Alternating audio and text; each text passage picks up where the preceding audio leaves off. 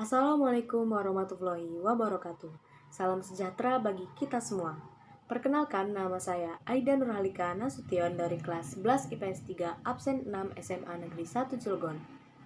Di sini saya akan menjelaskan materi tentang kronologi kedatangan dan perebutan hegemoni bangsa-bangsa Eropa di Indonesia antara Portugis, Spanyol, dan datangnya Belanda ke Indonesia. Selamat menyaksikan. Secara umum, kedatangan bangsa Eropa ke Asia, termasuk ke Indonesia, dilandasi oleh keinginan mereka untuk berdagang, menyalurkan jiwa penjelajah, dan menyebarkan agama. Adapun sebab dan tujuan kedatangan bangsa Eropa ke dunia timur adalah 1. Mencari kekayaan atau gold. 2. Mencari kejayaan atau glory. Yang ketiga, menyebarkan agama atau gospel. Di sini saya akan sedikit memberitahu tentang apa sih hegemoni itu. Hegemoni adalah bentuk penguasaan terhadap kelompok tertentu dengan menggunakan kepemimpinan intelektual dan moral. Artinya, kelompok-kelompok yang terhegemoni telah menyepakati nilai-nilai ideologi penguasa. Menurut Gramsci, faktor terpenting pendorong terjadinya hegemoni adalah faktor ideologi dan politik yang diciptakan penguasa untuk mempengaruhi, mengarahkan, dan membentuk pola pikir masyarakat. Nah, langsung saja saya akan menjelaskan kronologi kedatangan dan perebutan hegemoni bangsa-bangsa Eropa di Indonesia antara Portugis, Spanyol, dan datangnya Belanda ke Indonesia. 1. Perdagangan di Nusantara sebelum kedatangan bangsa Eropa. Menurut Pusponegoro dan Noto Susanto, pada masa praaksara, penduduk Indonesia dikenal sebagai pelayar-pelayar yang tangguh yang sanggup mengarungi lautan luas untuk melakukan kegiatan perdagangan. Pusat perdagangan tumbuh pesat di pesisir Sumatera dan Jawa. Barang-barang yang diperdagangkan antara lain nekara, tembikar, dan perhiasan-perhiasan lainnya. Tak heran jika sampai saat ini sisa-sisa barang yang diperdagangkan masih dapat kita lihat di berbagai wilayah di Nusantara. Aktivitas perdagangan kemudian memasuki babak baru pada masa kerajaan-kerajaan Hindu-Buddha dan berkembang pesat pada era kerajaan-kerajaan Islam. Pada masa ini, kerajaan-kerajaan di Nusantara banyak melakukan hubungan perdagangan dengan India, Tiongkok, Vietnam, Tanah Genting Kera, Pahang, dan Thailand. Kelak, saudagar-saudagar Tiongkok dan Arab mulai mengenal Maluku sebagai pusat rempah-rempah dan berlayar sendiri ke tempat tersebut. Saudagar-saudagar Tiongkok, Arab, dan Melayu membeli rempah-rempah dari Banda Neira, dikapalkan ke Teluk Persia, diangkut ke kawasan Laut Tengah, lalu didistribusikan ke seluruh Eropa melalui Konstantinopel, Venesia, dan Genoa. 2. Masuknya bangsa Portugis di Indonesia. Pada tahun 1453 sampai dengan tahun 1515, bangsa Portugis masuk ke wilayah Nusantara di bawah Alfonso de Albuquerque. Pada periode antara tahun 1511 sampai dengan tahun 1526, Nusantara dijadikan sebagai pelabuhan maritim penting bagi bangsa Portugis dengan Sumatera, Jawa, Banda, dan Maluku sebagai rute maritim dan perdagangan rempah-rempah. Alfonso melakukan ekspedisi ke Nusantara tidak lama setelah ia diangkat menjadi gubernur Portugis di India. Sasaran pertama ekspedisinya ialah Malaka. Pada awal Juli tahun 1515, ia telah sampai ke tempat tersebut dan pada 10 Agustus tahun 1515, ia berhasil menaklukkan Malaka. Sejak saat itu, bangsa Portugis menguasai perdagangan rempah-rempah dari Asia ke Eropa. Sejak itulah Nusantara mulai dikenal bangsa-bangsa Eropa lain seperti Spanyol, Inggris, dan Belanda. Setelah menguasai Malaka, bangsa Portugis mengadakan hubungan dengan Kerajaan Sunda atau Pajajaran. Keduanya menandatangani perjanjian perdagangan, terutama dalam perdagangan lada, dan diwujudkan dalam bentuk kontrak berupa prasasti yang dikenal dengan nama Padrao Sunda Kelapa.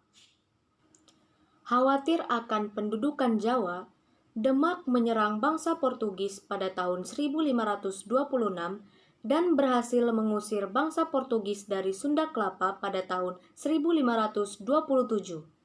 Karena terdesak oleh perlawanan Kesultanan Demak, bangsa Portugis lebih banyak beroperasi di Kepulauan Rempah-Rempah, yaitu Maluku.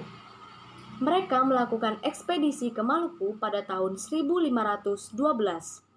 Ekspedisi ini dipimpin oleh utusan Albuquerque yang bernama Antonio de Abreu dan Francisco Serrao.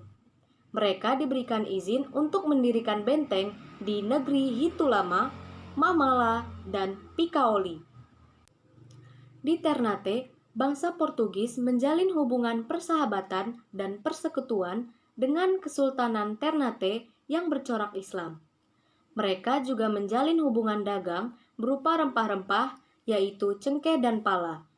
Bahkan, Kesultanan Ternate memberikan izin kepada bangsa Portugis untuk mendirikan benteng yang dikenal sebagai Benteng Gamalama atau Benteng Sao Paulo. Pada waktu itu, Ternate memang berkepentingan untuk menerima bangsa Portugis dalam rangka mengimbangi pesaingnya, yaitu Kesultanan Tidore. Sejarah mencatat, pada pertengahan abad 13, Kesultanan Ternate dan Tidore berebut hegemoni. Ternate merangkul bangsa Portugis pada tahun 1512, sedangkan Tidore bersekutu dengan Spanyol 10 tahun kemudian. Nah, selanjutnya, bangsa Portugis disingkirkan Belanda dari Ambon pada tahun 1599 dan Portugis kemudian menduduki Timor, Solor, dan Flores. Dan ternyata, Belanda memiliki keinginan untuk menduduki wilayah-wilayah tersebut, yaitu Timor, Solor, dan Flores, yang menghasilkan sengketa baru antara kedua negara. Sengketa tersebut baru berakhir pada tahun 1859 dengan kesepakatan Lisabon ketika Portugal menyerahkan Kepulauan Timor bagian barat kepada Belanda.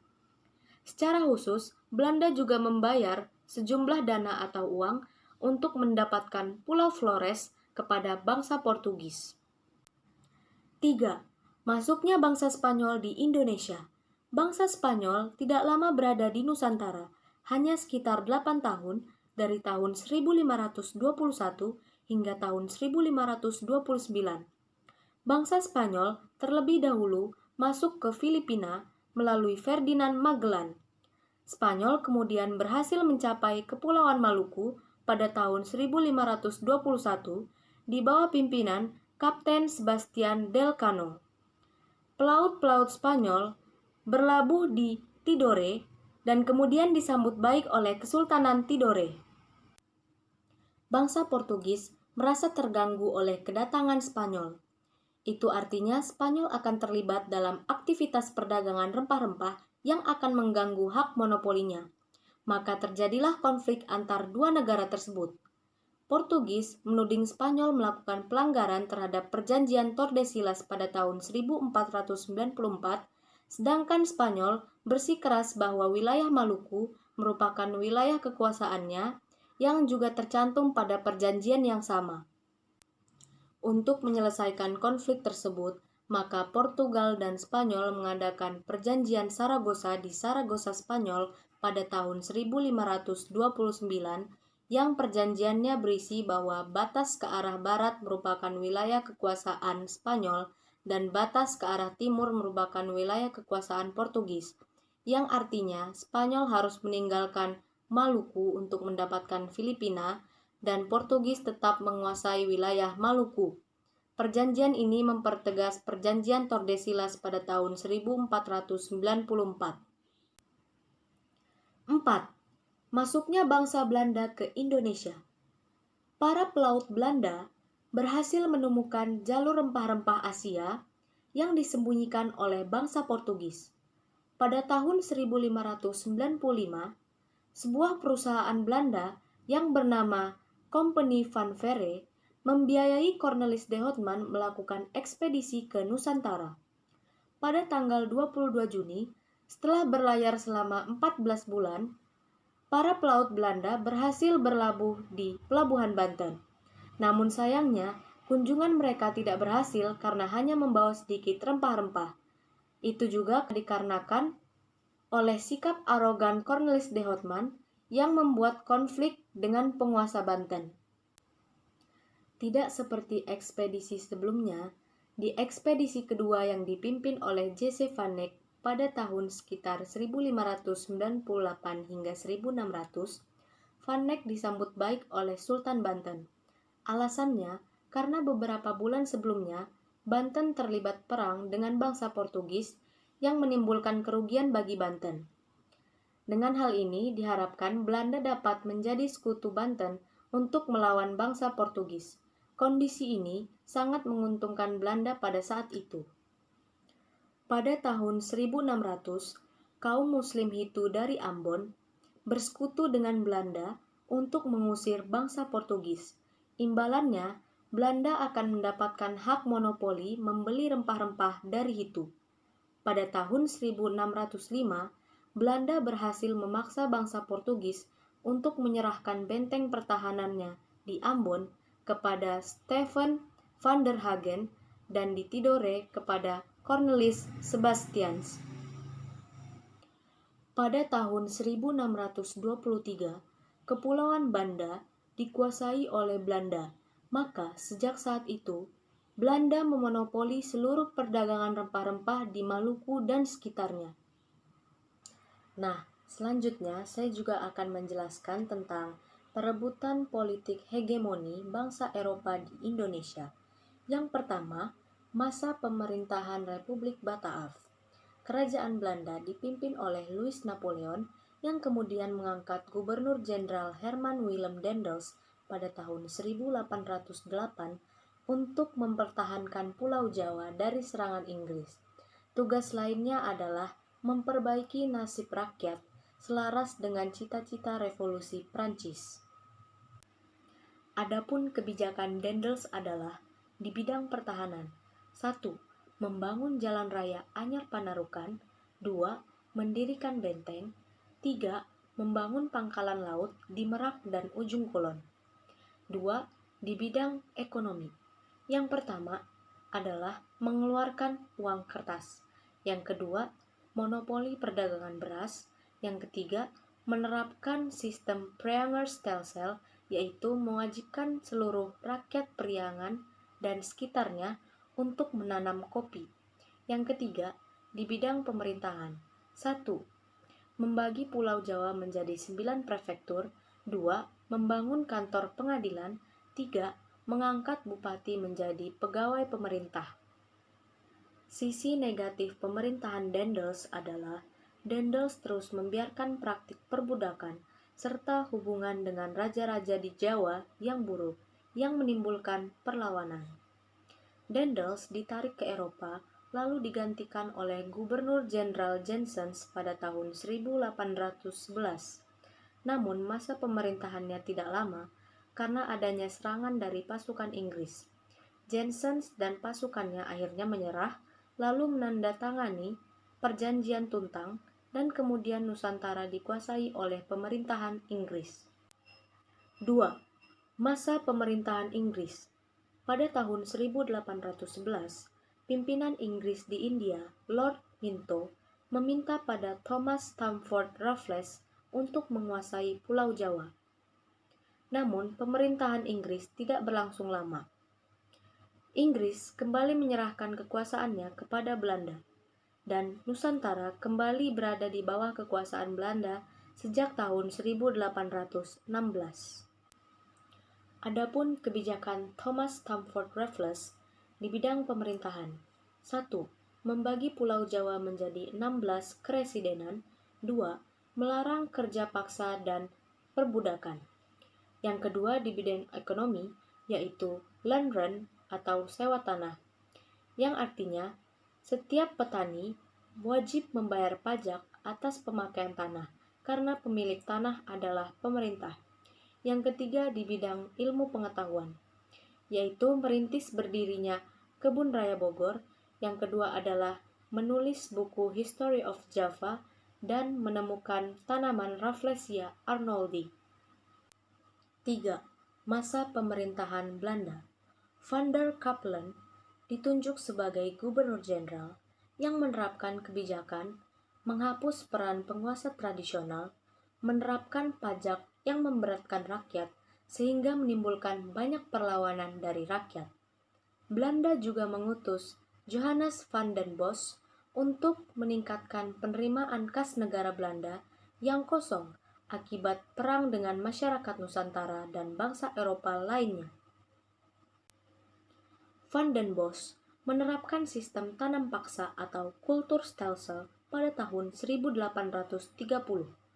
Adapun peraturan tanam paksa ialah: yang pertama, 1/5 lahan yang dimiliki harus ditanam dengan tanaman yang diwajibkan. Yang kedua, hasil panen harus dijual kepada pemerintah. Yang ketiga, petani tidak boleh bekerja melebihi waktu penanam padinya. Yang keempat, rakyat yang tidak memiliki tanah diwajibkan untuk bekerja selama 65 hari setiap tahunnya. Yang kelima, kerusakan ditanggung oleh pemerintah. Pada tahun 1870, sistem tanam paksa dihapus dan diganti dengan politik pintu terbuka yang tertuang dalam UU Agraria tahun 1870 yang mengatur tentang kepemilikan tanah pribumi dan pemerintah. Kemudian perkembangan agama Kristen. Agama Katolik dibawa oleh kaum misionaris Portugis yang salah satunya bernama Franciscus Xaverius yang mengunjungi Ambon, Ternate, dan Halmahera pada tahun 1546 sampai tahun 1547. Selain Portugis, Belanda juga menyebarkan agama Protestan oleh Ludwig Ingwer Nommensen. Ia berhasil mengkristenisasi Provinsi Sumatera Utara. Hingga saat ini, agama Protestan merupakan agama yang dominan yang dianut oleh warga penduduk Sumatera Utara. Sekian dari saya. Mudah-mudahan video ini bermanfaat, yaitu video yang menjelaskan tentang kronologi kedatangan dan perebutan hegemoni bangsa-bangsa Eropa di Indonesia antara Portugis, Spanyol, dan datangnya Belanda ke Indonesia. Jangan lupa like, komen, dan subscribe video ini. Jangan lupa share ke teman-teman kalian juga. Terima kasih. Wassalamualaikum warahmatullahi wabarakatuh.